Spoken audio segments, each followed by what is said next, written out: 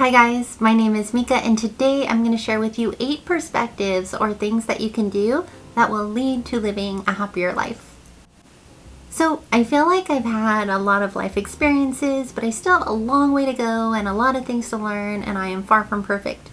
But the one thing that I'm good at is being pretty laid back and pretty genuinely happy. And the principles that I'm going to share with you in this video are part of the reason why. So you don't have to agree with all of them, but I hope that there's something in here that will make your life happier.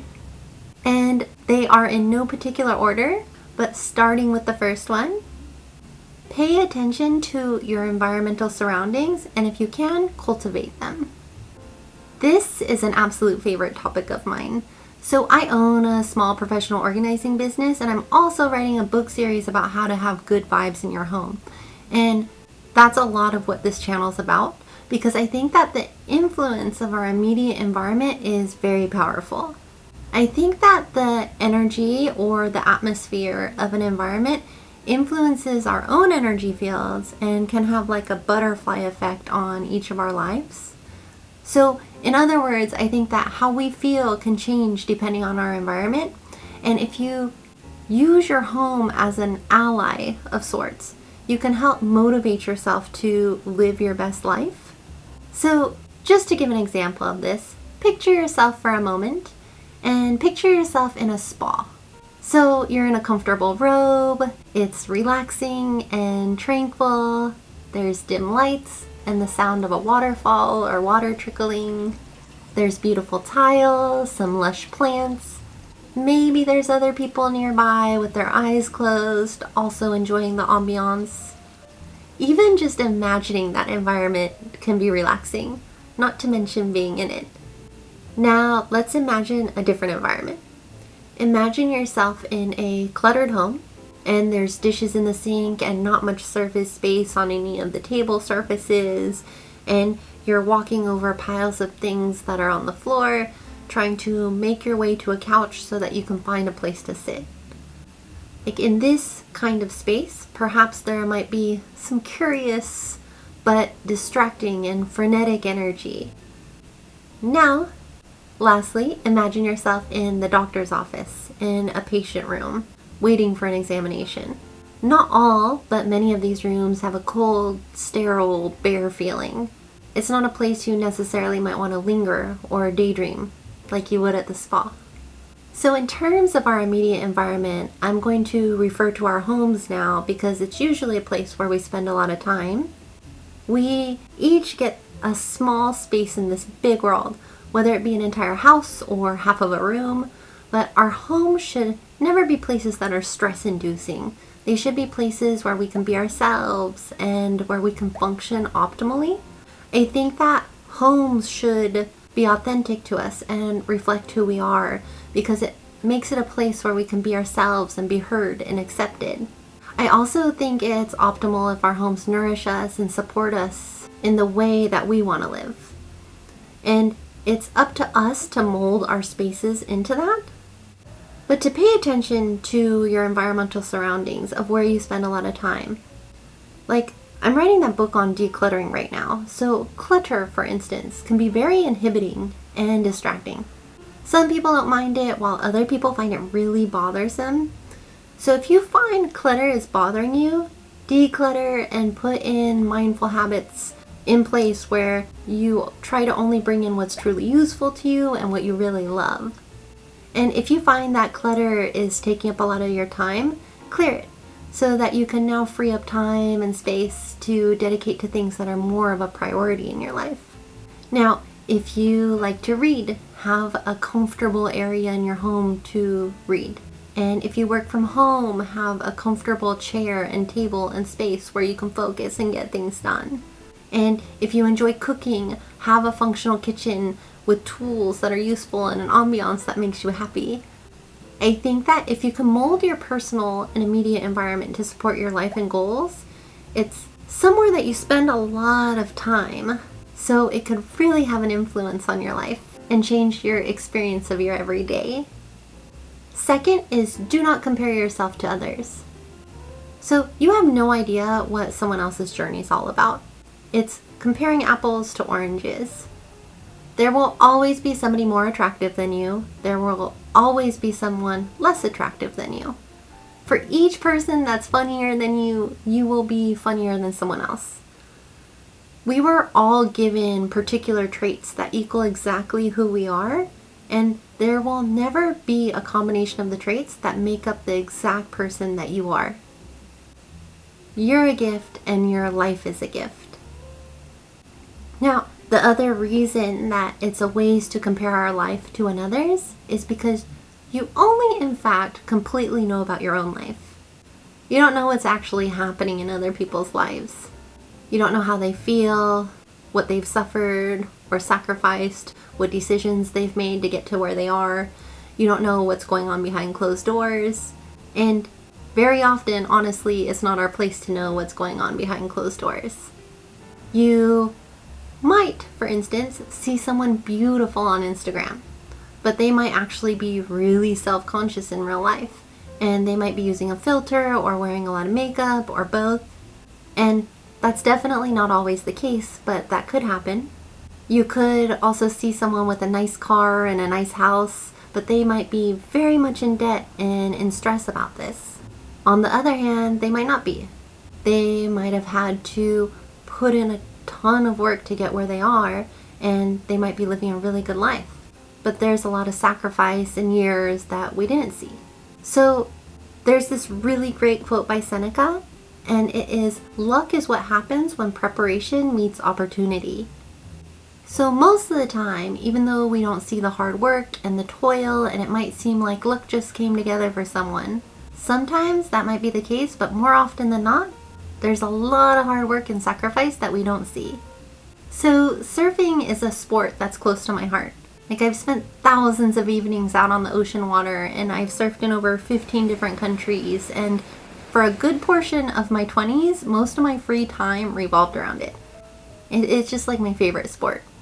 So I remember one day I was out there on the water, sitting at the lineup. So we're out there on the water, sitting on our boards, horizons this way, and we're waiting for the next set of waves to come. And there was this one guy, and he was just pissed off and disgruntled and angry.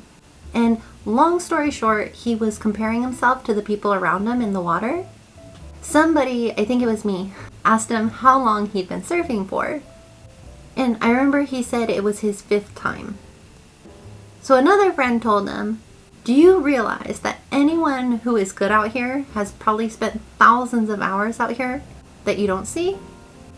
And I don't remember the rest of that conversation because my mind was like, poof. And this was my first time ever hearing about the 10,000 hour rule. So the 10,000 hour rule is that you have to put in about 10,000 hours of practice or study to be a master or an expert at something. And I'll link a research study in the description below, but this is a really arbitrary number. It's a rounded up number because this became known as the 10,000 hour rule because Malcolm Gladwell wrote in his book The Outliers that the Beatles, for instance, practiced for about 10,000 hours in the 60s, and that Bill Gates programmed for about 10,000 hours before he founded Microsoft. And he put in other examples, but there's a lot of controversy over this particular number. Anyways, here's what I take away from this, is that what my friend said out there in the surf that day is to be really good at anything can take hundreds or thousands of hours of practice. So whenever I see someone that's really good at something, like I watch a Red Bull sport video, it always runs through my mind, how many hours have they put into that?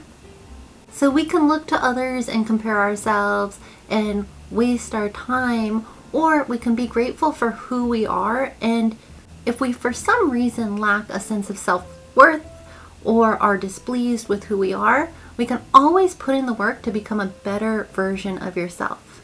We're constantly learning and evolving, and we all have the capability to improve ourselves in many different ways.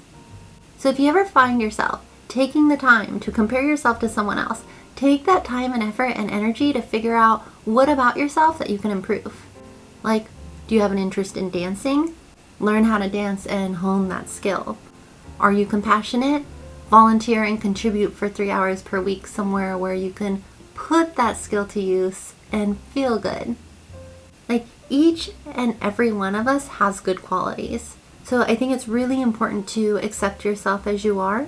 Some people might compare themselves and get jealous of others, but if they truly get the chance to trade places with someone forever, if they're really offered that proposition, I wonder if they would actually do it. I think not. And third is to enjoy the little moments. Memento mori, right? Life is short. Let's for a moment take a look at some supercentenarians. Supercentenarians are people who have lived past their 110th birthday. So if we look at the oldest person who has ever lived, it was Jeanne Calment of France, and she was 122 years old. Then there was Kane Tanaka from Japan, who lived until she was 119 years old. Then Sarah Noss of the USA, who also lived until she was 119 years old. So what I'm going to say right now might sound a little bit morbid in the very beginning, but hear me out because it's meant to be positive. But even if you and I were to live until we're 120 years old, I think it's kind of interesting to remember that no matter what room we walk into right now, it's likely that almost everyone around us, including ourselves, will no longer be around after another 120 years from now. And that's not a bad thing, because what this means is that life is precious and our time is precious. You know, sometimes we can go on autopilot or take an abundance of time to complain about our lives or take our lives for granted. But time is finite, and I think that once we think about that once in a while, like not in a bad or a morbid way, but I believe that we appreciate things and people and experiences more. We also tend to grasp life and look at the daily events in our lives with more appreciation, more gratitude, and we start noticing that what we may have considered once like small, insignificant moments, they actually become special and fun, like our perspective changes. And I think it teaches us to enjoy the little moments and recognize them instead of not noticing them because we're too busy or too stressed or for whatever reason. And I feel like in a way it makes you want to slow down too and eliminate the unnecessary and spend time in a way that's more meaningful to you.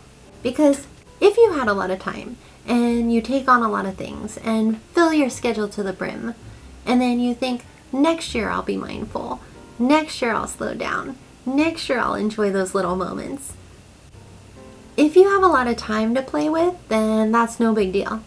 But when you realize that, hey, my time is kind of limited, then you'll be more intentional with your time and with your life.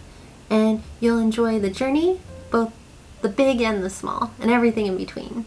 So enjoy the simple things.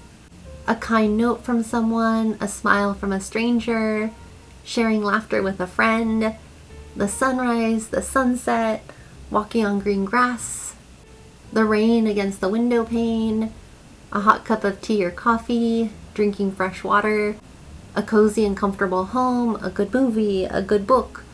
We have so much to be grateful for. So life is short, and remember to enjoy the little moments, the little things, and I think that on a daily, it'll change your life experience and you'll feel happier. And fourth is to process your negative emotions and then put them into perspective. I don't know if it's politically correct to say negative emotions, but I'm referring to sadness and anger and frustration and emotions that we generally don't want to feel. I think that if you don't face those emotions and if you bury them, you end up suppressing them and just burying them into yourself. Then they manifest later. So I think that we have to face these emotions that we don't want to feel them, and then process them and let them go. Otherwise, they just stay with us and they stay unresolved. So to face these emotions can be unpleasant, and it's not easy to do, but I think it's really important. So if you are ever feeling very strong emotions, I think let it out. Write and get it out on paper. Cry it out, but feel and release that energy. And sometimes it is good to just have a good cry. But I think after, like on top of feeling our emotions and letting them go so that we're not suppressing them, I think that it's really important also to put our emotions into perspective as well. You know, sometimes when things happen to us, we might think it's the biggest deal ever. But sometimes we can tend to maybe blow things out of proportion. And that's okay. But if we put our problems into perspective, I'm going to give you a really great example, but my favorite excerpt in a book ever. Like, if I can take a page from any one book and share it with you and with everyone in the world, it would be from Carl Sagan's book, Pale Blue Dot. I think it's something that every person should read or hear at least once in their lifetime. But Carl Sagan was an astronomer and astrophysicist and author, among other things, and he also wrote so eloquently about humanity. And so I wish I could read you the entire excerpt, but I want to make sure that I'm in line with like copyright laws, so I'll just tell you the gist of it. So on Valentine's Day of 1990, so February 14th of 1990, Voyager 1 in space took a picture of the Earth from 6 billion kilometers or 3.7 billion miles away. And if you look at the picture, the Earth is literally a tiny pale blue dot. And Carl Sagan basically says, take a look at this pale blue dot. Everyone we know is on that dot. He talks about how small the Earth is in terms of the vast universe, and yet we think we're so important. He talks about cruelties and misunderstandings, and he also talks about love in terms of couples in love, mothers and fathers, a hopeful child. He also says, in our obscurity and all this vastness, there is no hint that help will come from elsewhere to save us from ourselves. He says that astronomy is humbling, and we have a responsibility to deal more kindly with each other, and to preserve and cherish the pale blue dot, because this is our home. Sometimes we can think that that negative interaction or that breakup or that mishap was the biggest deal in the world. But when you remember how small that we actually are in this universe, it really does help to put things into perspective. And again, with the memento mori and time being finite, sometimes that puts things into perspective as well. Like, how big of a deal is this actually, and is it worth my time? And there's also a really fantastic quote. If you focus on hurt, you will continue to suffer. If you focus on the lesson, you will continue to grow.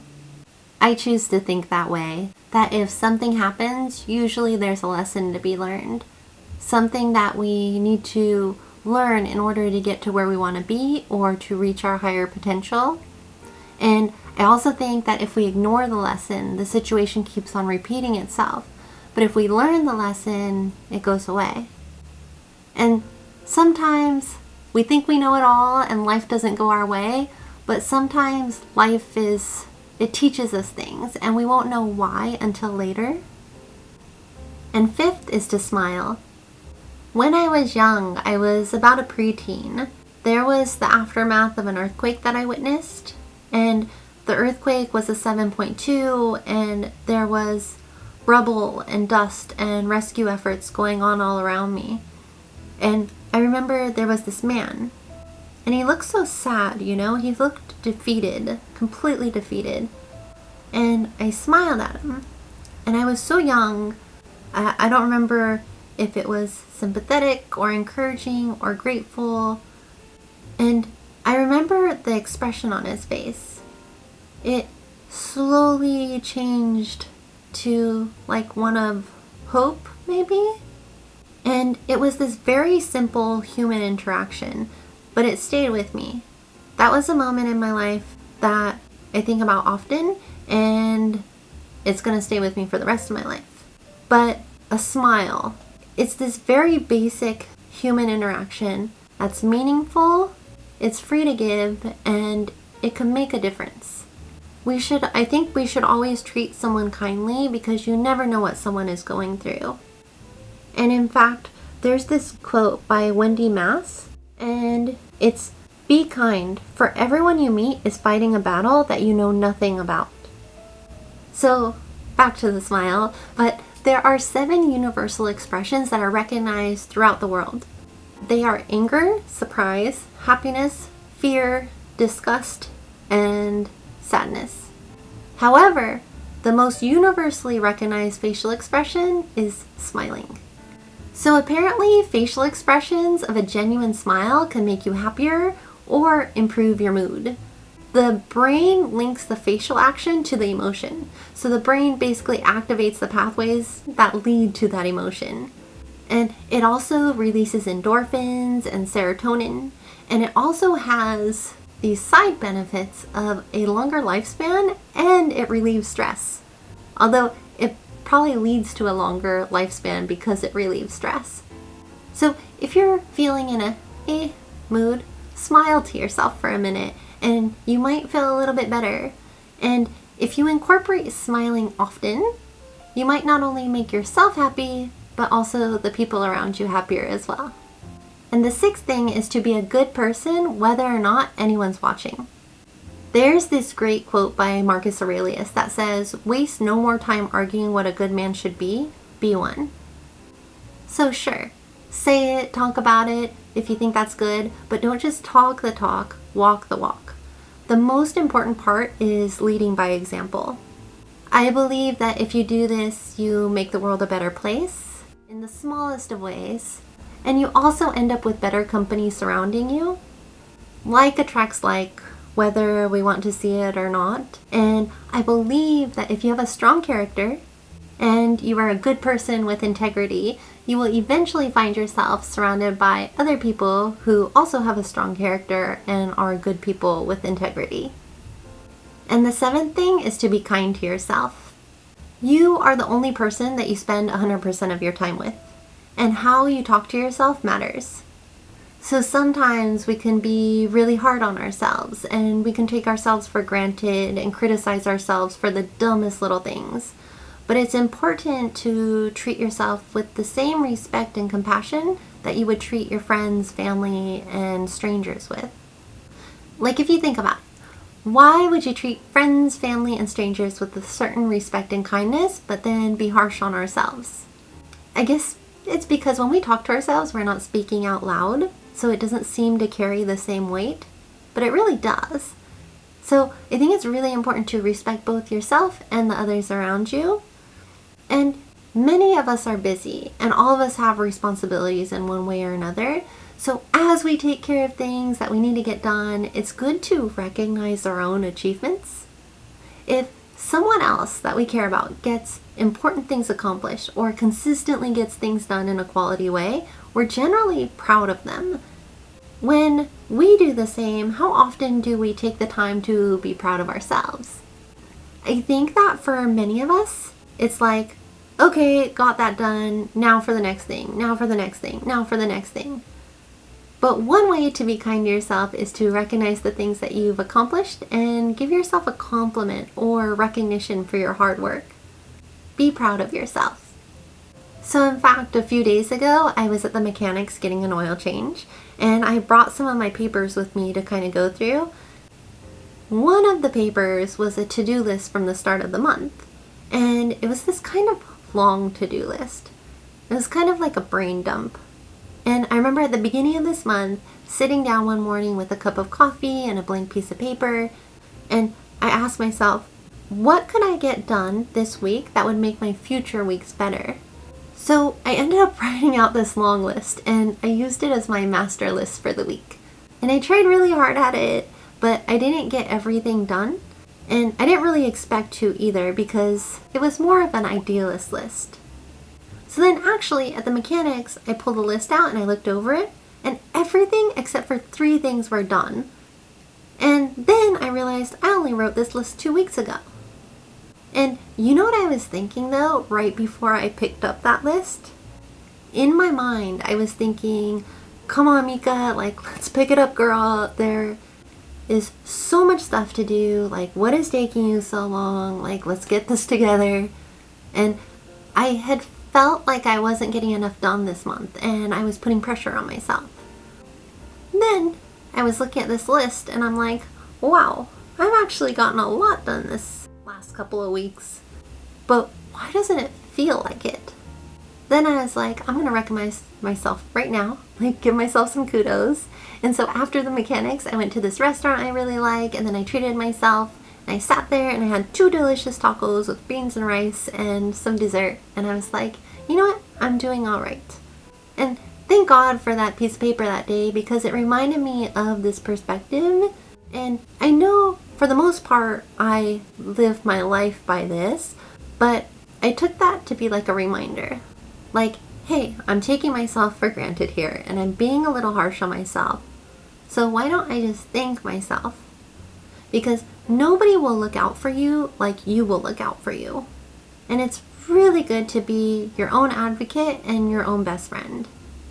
And also along these same lines, you want to be able to forgive yourself whenever you make mistakes and learn from them and respect yourself and have compassion with yourself as well. Just like you would for someone else that you care about. Just like with anyone else that we spend a ton of time with, it's easy to start taking that person for granted. So we should be conscious of this. If you treat yourself with kindness and compassion and respect, your relationship with yourself is so important, and it will change the way that you live your life. And the 8th thing is to make it a habit to set healthy boundaries. Relationships are a huge part of our human experience. When we're in healthy relationships, it can really benefit us in many ways. Feelings of warmth and happiness and comfort and peace. Emotional support for each person in achieving their goals, and laughter and shared memories and experiences. I mean, I can go on and on about the positive benefits of healthy relationships, and this applies to any relationship, whether it's with acquaintances, coworkers, friends, family members, or your romantic partner. However, when you're in a relationship with unhealthy boundaries, it can lead to an unpleasant or toxic relationship. The crazy thing is, it literally only takes one relationship or one person, and it can really bring your world and your perspective of your reality down. So it's important to, first of all, not give somebody that power. A major way to do this is to learn to recognize red flags and set healthy boundaries as best as you can. So it might take work and it might take effort, but it is so well worth it. Many people already have healthy boundaries in place, and it takes little effort to spot red flags and to set boundaries. For others, you have to incorporate this knowledge and make it a habit. So then it eventually becomes ingrained in you, and then you won't have to exert as much effort because it's your habit. So we all have individual rights, and there are some examples of healthy boundaries in a relationship that I just want to quickly share with you. But first, it's to respect another person's space and time, and they should respect yours as well. And also to not expect someone else to be responsible for your responsibilities and commitments, vice versa. To be accountable, and to consider another person's feelings as well as your own. To show appreciation, to give without expecting in return, to respect other people's feelings and opinions even if they don't align with your own, and to hear the other person. Also, really important is to accept them for who they are without trying to manipulate them into someone that you want them to be. And then you should also have all these in return. Setting healthy boundaries is a continual, ongoing process throughout each of our lives as long as we deal with other human beings. And healthy boundaries are so important because they can make or break having healthy and pleasant relationships around you.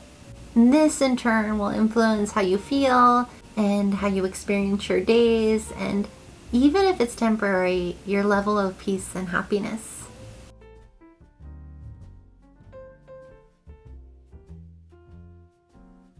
I hope that you enjoyed this video and found it informative.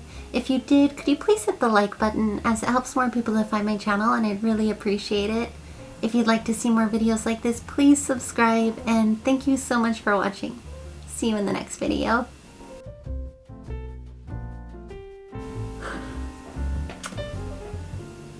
buds. You want to be on the camera?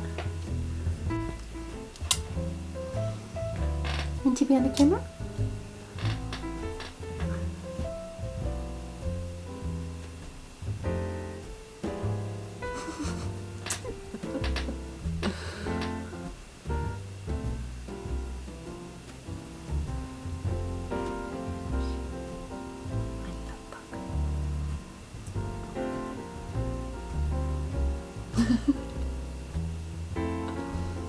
Okay, Douglas.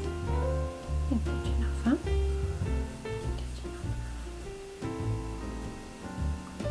You love to be on the camera?